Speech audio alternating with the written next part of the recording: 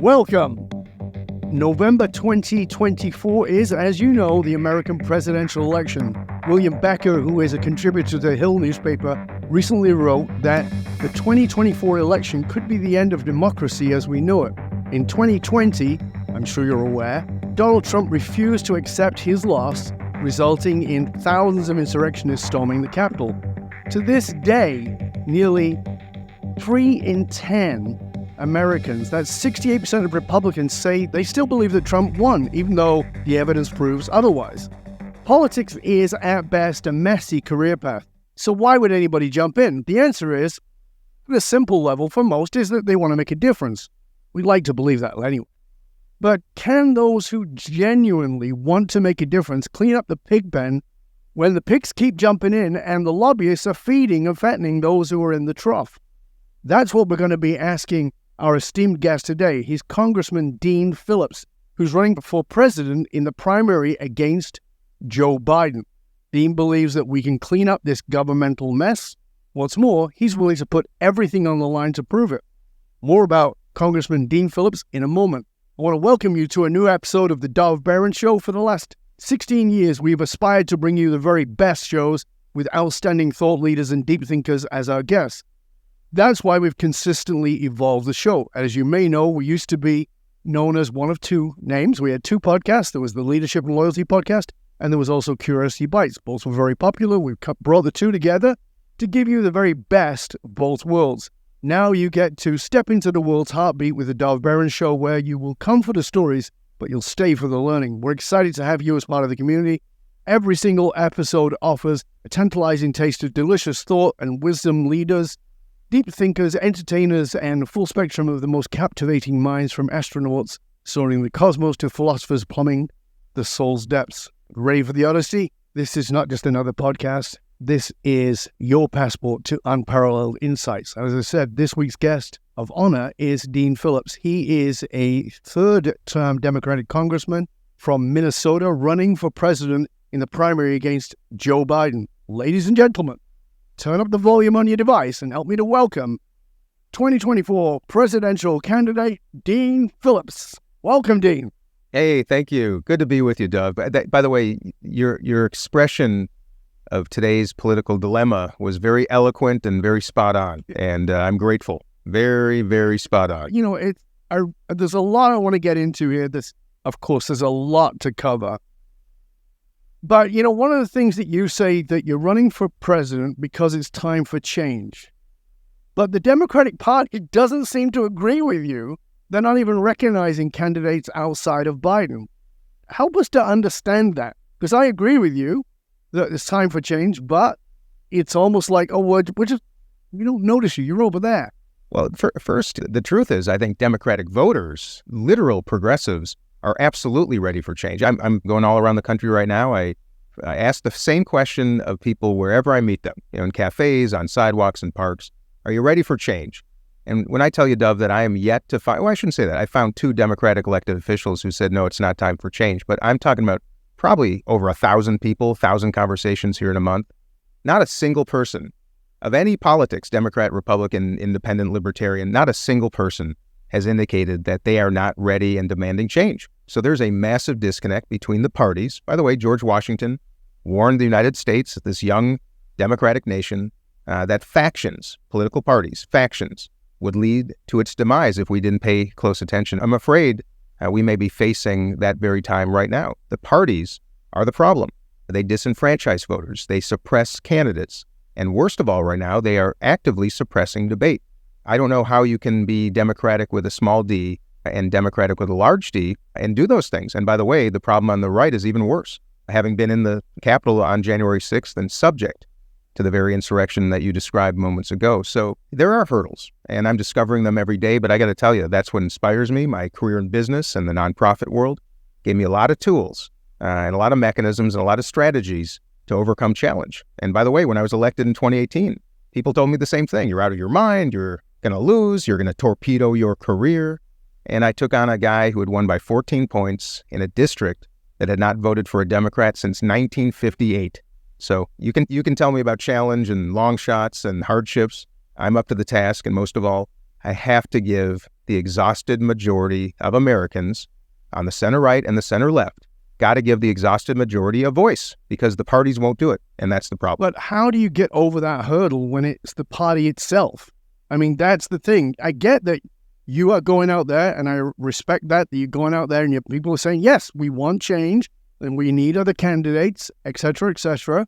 And there's your shadow campaigns from people like Gavin Newsom, who are obviously doing something. He's debating Ron DeSantis. So they're doing this. You're out there. You're doing this. You invested your time, your money, your effort, your energy, your family time, all those things. Yet the party will do it. Is there a way over that wall? Absolutely. There's a beautiful way. Let me give you a little of my background. When we introduced Belvedere vodka in 1994, people said we were crazy because you had Absolut and Stolichnaya, the two biggest brands in the land at that time, that made it impossible. They were well-financed. They blocked on the shelves. It made distribution really difficult. But we created the luxury vodka category as an upstart. And then we applied the same template to ice cream, Ben & Jerry's and Haagen-Dazs, duking it out, two big brands. We introduced Talenti Gelato, created a beautiful brand, wonderful success, sold it to Unilever. And by the way, it is the same analogy in politics. You have two brands doing the same thing, using the same tactics, trying to shut others out, making the hurdles and the barriers to entry very difficult. But let me tell you, Dov, there is a way. And the good news in America is if voters care, and it sure seems like they are, if voters care, they can come out and vote in primaries and fundamentally change their futures. The biggest problem is the parties work to make it hard to get on the ballot. They work to prevent debate. And then they are really working to prevent people from voting in primaries. They only want people to come out in the general election when they've already coronated their candidates. That's why we have extraordinarily low turnout in American primaries right now, because the parties actually don't want the voters to make the decision. They want the parties to make the decision. And once I discovered that, which I did recently, I'm on a mission, not just to win the presidential election and restore some sanity and decency and competency and national repair between Democrats and Republicans here and bring peace to the world and affordability to Americans. But I also want to demonstrate that there's a way to do this and take on both parties and generate competition in a country that needs it desperately. So I really get and fully agree with you that my surveying of Americans, and I speak a lot on the political divide, and I do a lot of analysis of that kind of work. And one of the comments that I constantly bring up is that there's a lot of people who like to say, well, the racists voted in Donald Trump. And I'm like, no, they didn't. They were the same initially, the first time, they were the same people who voted for Obama. A lot of them were the same people. And they go, well, why would they vote for Trump? And I said, because here's the deal. Obama ran on hope and change. What happened was, we can blame all kinds of things, but he showed up as a corporate Democrat. By the way, I will say that when he was voted in, my wife and I both cried. We were happy. We had George W. Bush, we'd had the vice president, and we were very iffy about those people. But he was a man who was articulate and intelligent and a man of color. And as somebody who was inspired by Martin Luther King in my childhood, it was like, oh, this is great. Hope and change. It's going to happen. And then it didn't. And then when Trump came along, it was the same thing. We're sick of politics as usual. We want something different. So they got Trump. And they sure as hell got something different. But nonetheless, it was different. That's an understatement. Now we got Biden because people were like, this is too crazy. We need something a little calmer. But that undercurrent of wanting change is still there. And so I really do get what you're saying there. But why, and this is my question to you, why would they trust another Democrat to do that? Like you're a 3-time congressman, you've been in that world. Why would people trust that again? Well, first of all, I think if you look at my track record, I mean, I'm a public official for 3 terms. My life is well documented. I lost my father in Vietnam, Dov, when I was just 6 months old. He couldn't afford college. You know, he grew up very poor in Minnesota, needed to earn an ROTC scholarship to go to college, which he did. He served our country in Vietnam. He was killed just 3 days after the moon landing. And I think of him looking up at the moon, seeing America at its very, very best, and looking at his boots on the ground in Vietnam, and seeing us at our very, very worst. And to this very day, these are the choices that Americans get to make. Do we want to be the America that goes to the moon? Do we want to be the one that constantly uses misguided policy to frankly hurt people, not just around the world, but our own people as a nation that's spending almost $1 trillion a year and can't even ensure that everybody has a home, that kids are fed, that we have health insurance or coverage for everybody. It's nonsensical, Dov, and I'm sick of it. I ran businesses, and when you run a business, you can't just surround yourself with yes people. You got to surround yourself with a team of rivals, people of different backgrounds and perspectives and ideas. That's how you succeed. So I come at this from a very different place. I am a disruptor. I guess you could say Trump is a disruptor, but I'm a principled, high integrity, of decent character disruptor. Yeah, I'd say a big minor detail. And also, look, obviously I'm a lot younger than both of these candidates. They're both going to be in their 80s. One is already. I have broad experience. I've led businesses. I was the chair of the board of a health system. I was a regent at a university. I've led the charitable foundation in the past. And now I've been a 3-term member of Congress, a member of House leadership, the vice-ranking member of the Small Business Committee, the ranking member of the Foreign Affairs Subcommittee on the Middle East, North Africa, and Central Asia. I've got a pretty broad experience. I've traveled the world, been to 49 states, still have to get to Oklahoma.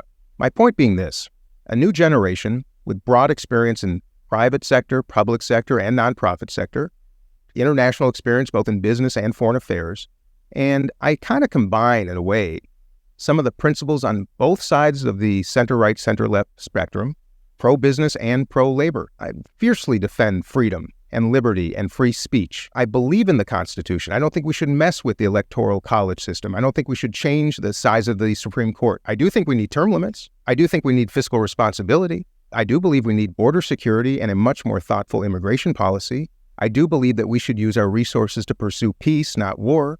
I believe every American should have a home, every American should have health care, and every American should have outstanding education. Now, if that is something people can't trust, I'm shocked, because I think maybe America's concerned because they've never seen a candidate who didn't aspire to be president for 20 years, who didn't railroad and hijack people and not pay their bills or spend 50 years on the public payroll. Maybe that's a little unusual. Maybe they're not used to someone who would torpedo his career in Congress to do this. Maybe they're not used to someone who says the quiet part out loud. That's what I'm doing, Dov, and I'm telling you, people are responding everywhere except in Washington. So let's go to that, because one of the things I've certainly heard you speak about is your language sounds like you're the only Democrat running against Biden. Marianne Williamson's running as a Democrat, and Sure. she's polling 13% at a high generally, and much higher with the younger voters. Professor Cornel West is also running as a Democrat, and then you've got your independents like RFK Jr., etc.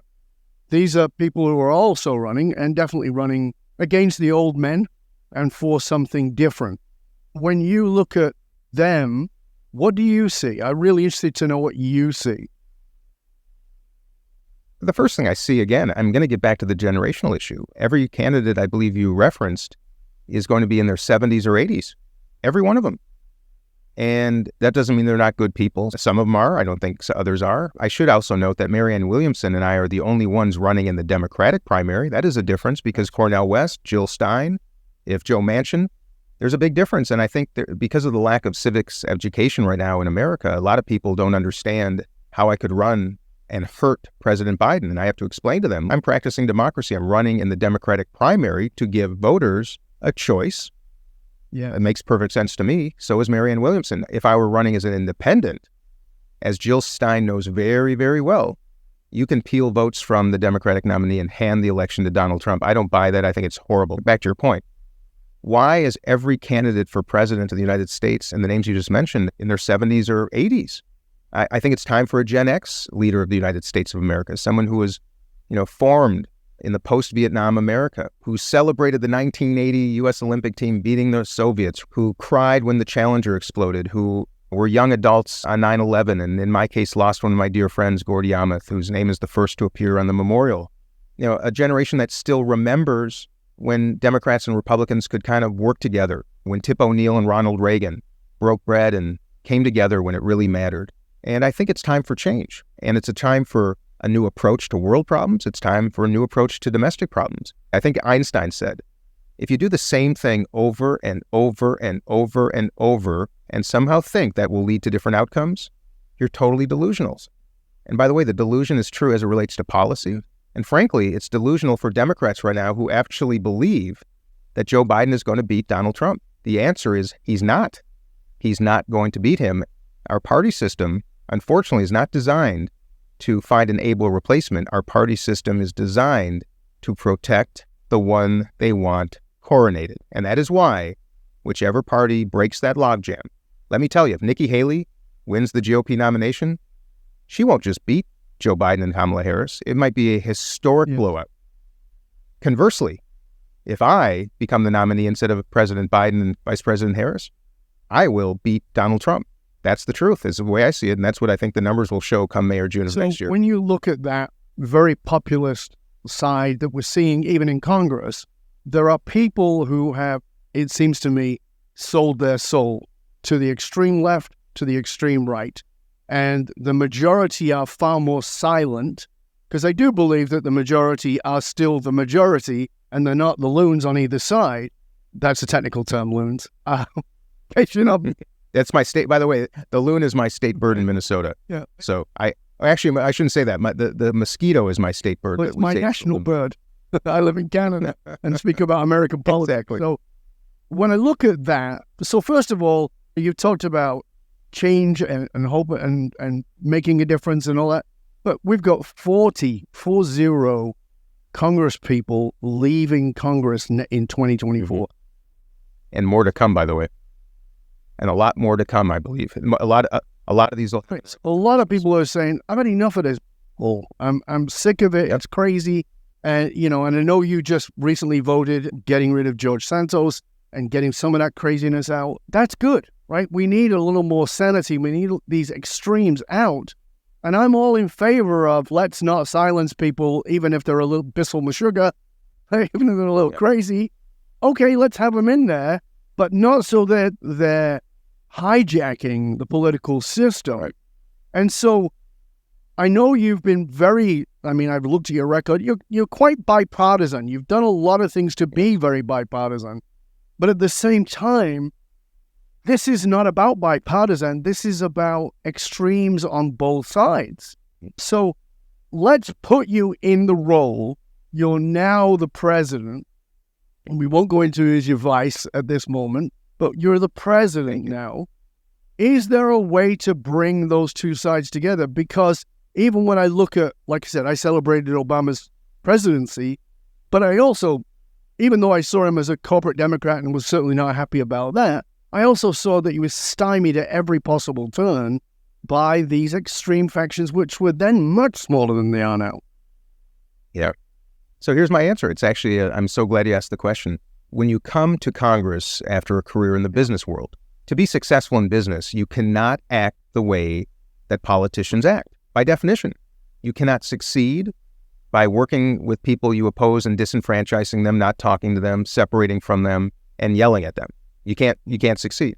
You develop tools over time to accommodate different perspectives and eventually come to celebrate different perspectives, because you realize whether you're talking to somebody on the shop floor, the manufacturing line, in the sales field, or the marketing team, you start recognizing that great ideas can come from all over. They usually do, usually not the executive suite.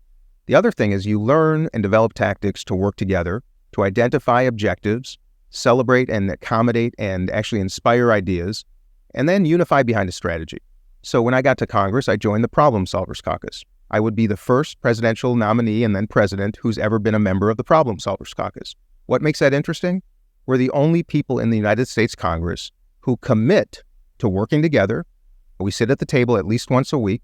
We work on policy all the time. And we also don't campaign against each other, Democrats and Republicans. And we don't actually share money with anybody who would be campaigning against one of our members. So I would come to the White House with built-in relationships, with a history both in the nonprofit and private sector and Congress of working together. And that is a very different way of managing. I would have a bipartisan cabinet, Doug. I will have a youth cabinet. I will inject that team of rivals approach into a White House that needs it to make the best decisions, but for a country that needs it to determine and to show the country that everybody's perspective is represented in their White House. We can no longer in the United States, in my estimation, believe that one party or the other can win a national election and believe that they have a clear mandate to do something distinct. We live in a very, very closely divided country. Elections will be decided usually by just a few points. I think it's incumbent. And by the way, the reason we have this dynamic is you have politicians who are so focused on preserving their careers, their positions, and their power. I'm unique. I've already said I've torpedoed my career in Congress. I've said I'm not running again. I have nothing to gain. Right. Nothing to gain. I'm not going anywhere after this in politics. I don't want to run for Senate. I don't want to run for governor. I'm not going to be a congressman again. I'm trying to meet the moment for my country, celebrate the 1 million Americans who gave their lives to defend the very system that is so at risk right now if Donald Trump wins. And by the way, Dov, what I haven't told you is I only became a member of Congress when I woke up the next morning after the 2016 election and found my daughters crying, found my daughters so fearful of their own country and their own futures. My youngest daughter had just overcome Hodgkin's lymphoma. She's a gay woman. I did not know that at the time. She was afraid for herself. She was afraid for her future. And I realized at that moment how many parents around the country probably wake up to that every single day. And I only entered politics because I told my daughters I raised them to be participants, not observers. And that's what I'm doing right now. So there is a way to do this if you put the country ahead of your power or your pride even, or your position. And that's what I think we lack in our politics. And that's why we need more people who are willing to torpedo their career, speak the truth, and not stand in line. And by the way, that's exactly what every other candidate who is waiting until 2028 is doing. They're standing in line at a time where the country is saying, please stand up and participate. I agree with everything you just said. And at the same time, there are, as you said, a lot of people in the political arena. I remember reading probably more than 10 years ago about a congressman. I apologize because I don't remember his name right now. That's right. Who was speaking about that he had a run and he got in and he goes, I'm only doing one, I'm leaving. And when they said why, he said, because the day after I got in, it was the first day, it was all cheers and clapping. And then it was like, you got to make these calls, you got to raise money. You got to make these calls, you got to raise. And he goes, I feel like I'm what do you call him? A telesales-person. He goes, and what's more is I'm doing it with organizations who I totally disagree with. I'm doing it for Big Sugar, and I'm doing it for Big Pharma, I'm doing it for Big Oil, and I'm trying to raise money.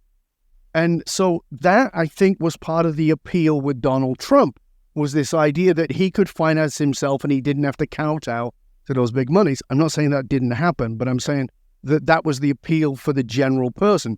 Plus the fact that he spoke at a grade 5 level, which was very effective for making him president. Do you see it that way? Yeah, I'm so glad you asked. I got to tell you, I have not declared bankruptcy in my life. I built business. Yes. How shocking. I built businesses, participated, an employee and others, generated success with employees and the communities that made it possible. I haven't had every business succeed, but I don't stiff people. I pay my bills. Our family foundation continues to operate because it does beautiful work and does it in a principled fashion. Donald Trump's, of course, was shut down by the state of New York. I tell the truth. I work with anybody who's willing to work with me. I speak hopefully a language that certainly people understand, but I'll tell you, let's get to the money, because what you just referenced is the biggest difference of all. Former President Trump said, you can trust me because I can self-finance my campaign. Well, you know, he's raised more money from other people, by the way, in a very unprincipled fashion that is well documented. I put money in my own campaign because I'm not going to be beholden to anybody. But here's the big difference. I'm the only member of Congress out of 535 people that takes no PAC money. That's, political action committees, every big company, Big Sugar, big everything. No PAC money, no special interest money, no lobbyist money. I take no money from fellow members of Congress. And I also don't have a leadership PAC, which is a slush fund that members of Congress set up to enrich themselves and other campaigns. I'm the only one that doesn't do that. So I'm not beholden to anybody. And here's the problem. Members of Congress are spending 10,000 hours per week raising money, collectively. 10,000 hours per week, roughly. So what does that mean? Well, you go to steakhouses at night and you collect your white envelope with a $5,000 check, and then you go down the street to a company's boardroom and you get another check. You know how hard it is for me to find colleagues to have dinner with in Washington, Dov? You know how hard it is? That's why I introduced a bill. Yeah. I introduced a bill that would prevent fundraising in Washington between breakfast and dinner because people are spending most of their time fundraising. It's appalling. So here's the other problem. It's not just the money that buys the access and the influence and the connection and the time, because it does. It's the fact that when you're raising the money, who are you raising it from? Right. The wealthy and the well-connected. Is it surprising to anybody that tens of millions of Americans finally saw somebody, Donald Trump, who says, I understand why you feel like you're not heard. I understand why no one cares about you. I understand why nobody shows up in the middle of Ohio, because they're all busy raising money in Washington and in Los Angeles. So that's the problem. I do have animus towards Donald Trump. He's a dangerous, bad man of low character. I've seen him face to face. I was subject to the insurrection in the House chamber that day, but I don't have animus towards those who support him. There are some people who, if you're a racist, if you intend harm upon another human being, if you are unlawful and unethical, yeah, I've got a problem with you. I don't care if you're a Democrat or Republican. But I love Americans. I understand why people are angry. And I'm representing everybody. I don't care what your politics are. I care about your principles. So there's a difference here. And the money, to your point, in politics is terrible. But I don't want to cast the shadow on every single politician, because the fact of the matter is that's the system. I'm just trying to be the one that changes it so that we don't have to do it that way anymore. Is that, I mean, certainly since Citizens United, under the Koch brothers, which sound, I mean, I got to say, their marketing is so bloody good. Like, they pick a title like Citizens United, you go, oh, this is bringing people together, right? What was the other one? The new one? Some party, the No Label Party or something? It was like, these are great titles, but they mean nonsense. And so the Citizens United has put so much, I mean, there was always money in politics, but because so much money in politics that now we don't have, in my mind, and like I said, I've been following politics since I was 10 years old, and I'm 65 now. I've been following politics, particularly American politics and British politics, and I fell in love with America because of its politics. That was different Britain, because Britain, it was people who had already been born into money. And I'm seeing a very similar system come to fruition now, which I believed in American politics, and now it seems like it's impossible to get the money out when there is so much in lobbying from Big Pharma, put way more money in than Big Oil did. When all that's happening and there's these backhanded deals, Citizens United has put so much money in the hands of politicians. I mean, you enter politics, not you personally, a person enters politics and they're doing okay, they're making a living, and then suddenly they're a multi-millionaire. Well, I know what a congressman makes. How did you make it to something a bit fishy going on? Oh no, come on. So this is why people don't trust it. So the system, I can't see, and I'm really want to know from you, can you get money out of politics?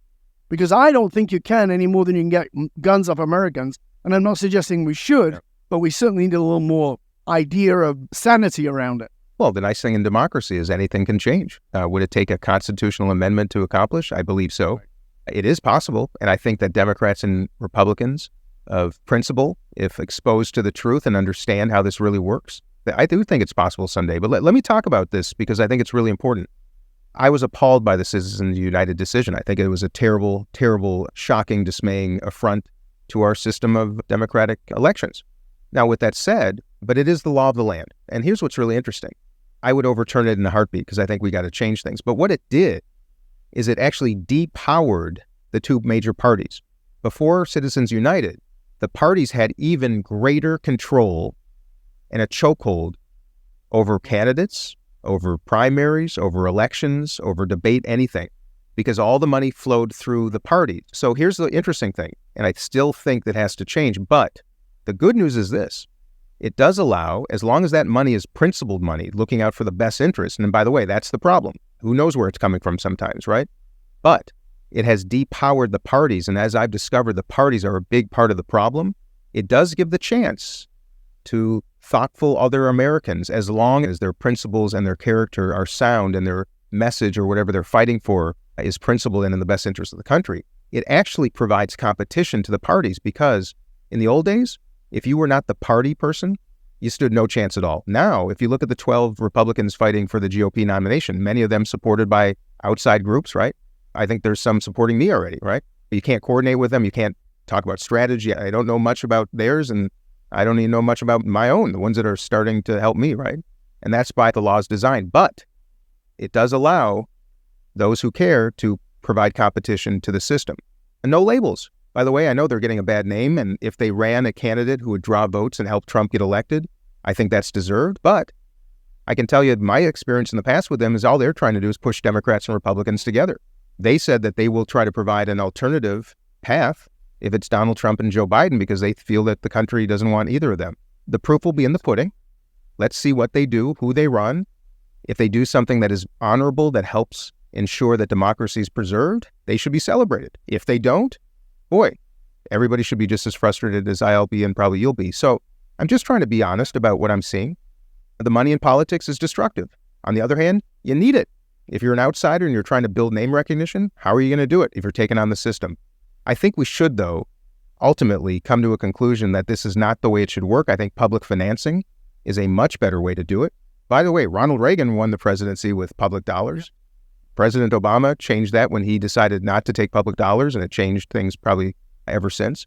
But I think there are better ways to do this, and I think Americans first have to understand the truth and understand how the dollars are defeating themselves. And that's what's happening right now. And I'm on a mission to expose it, Dove, because right now most people have just given up. They're so sick and disenfranchised and angry that they just don't think it matters.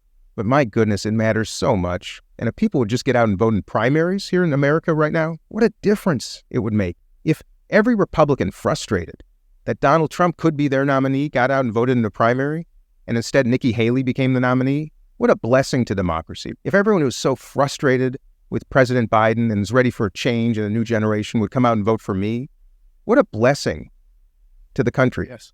So my message to people is, you know what? Even with the big money, even with the nonsense, the corruption, the dysfunction, the party system, the fact is, if you get out and vote in a primary, my goodness, anything's possible.